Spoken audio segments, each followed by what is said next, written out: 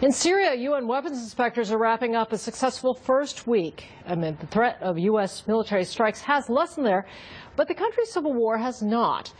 Every 15 seconds, there is a new Syrian refugee. Neighboring countries are saturated.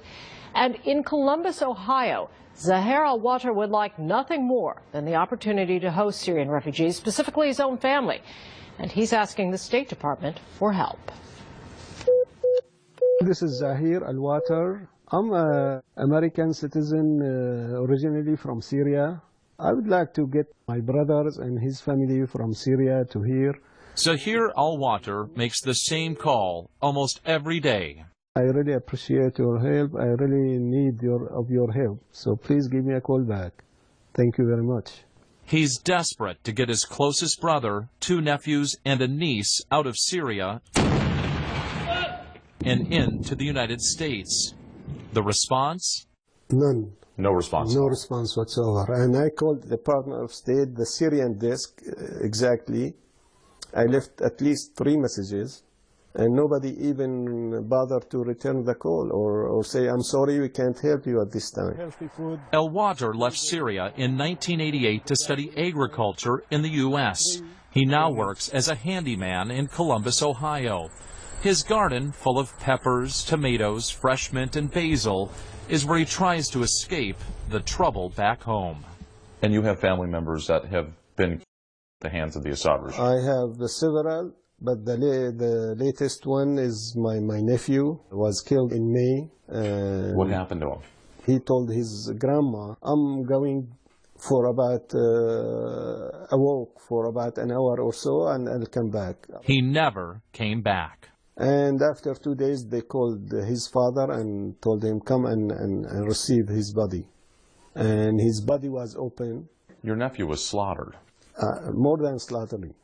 He was tortured. He was so badly abused. Back in the 80s, before leaving Syria, al-Water had his own experience with Syrian security forces.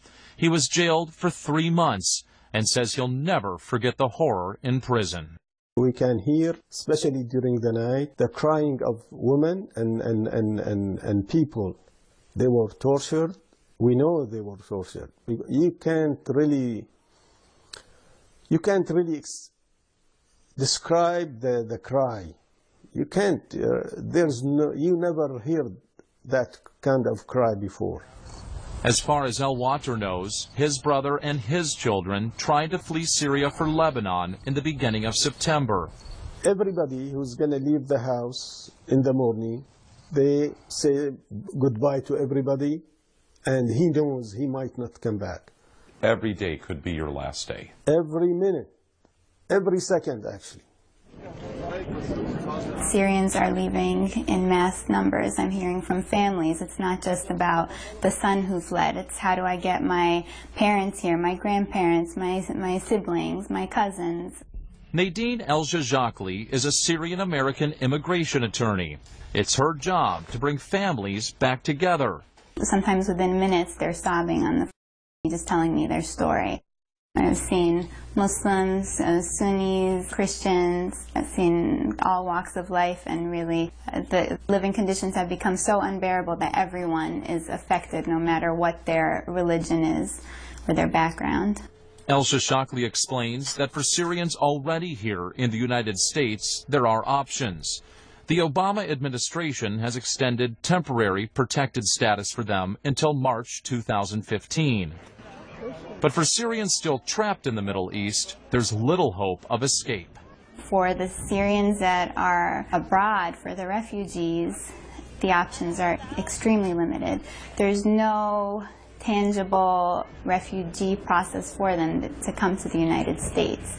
They can apply as refugees with the UNHCR and be placed in neighboring countries. They can request to come to the United States, but that will rarely ever be granted. Since the war began, only 90 Syrians have been admitted to the U.S.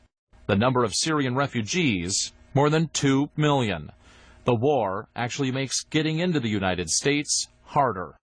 The problem is that visitor visas require you to show that you're planning on coming for a short stay, and when the country conditions are so bad, it's very hard to prove that, and they're just stuck.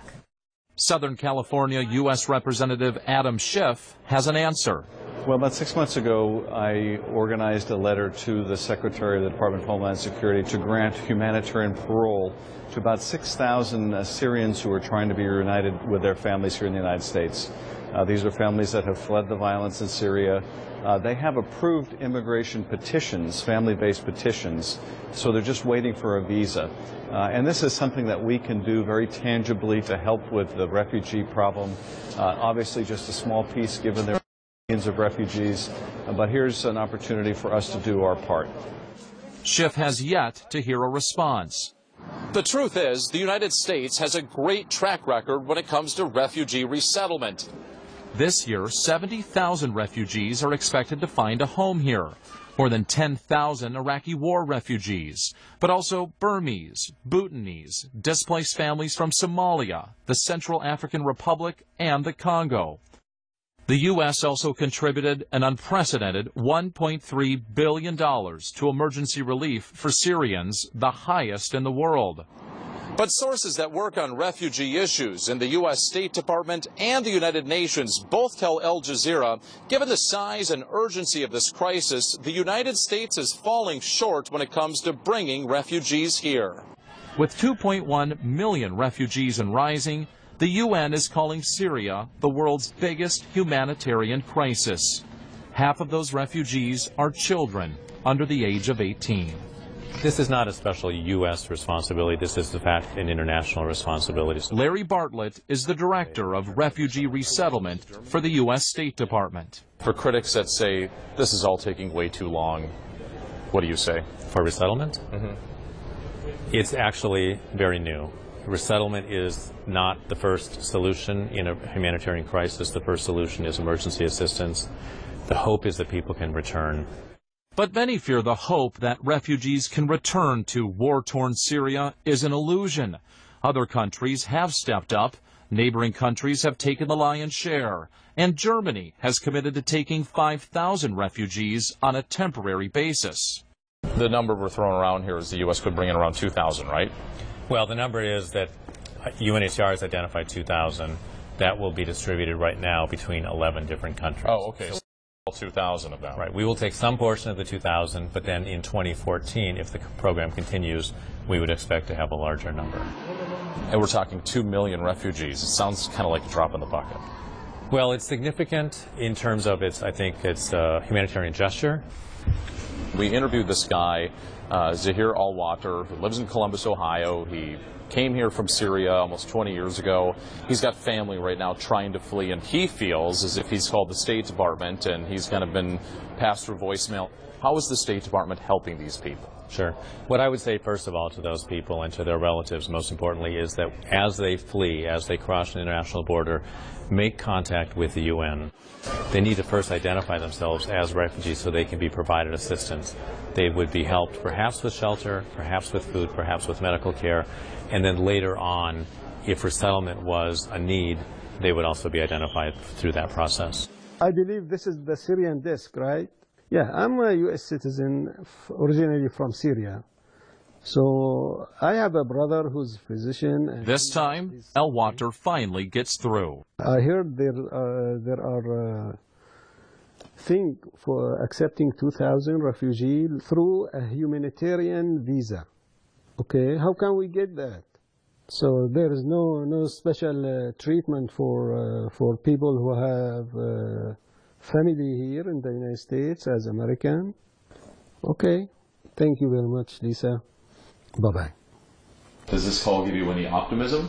Not really, but at least somebody answer this time. On the other end of the line, Lisa explained some of the steps Al-Water's family can take once they arrive in Lebanon.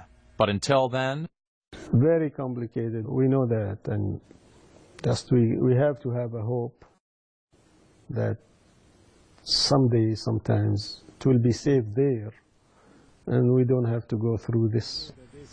When we left him, he headed back to his garden.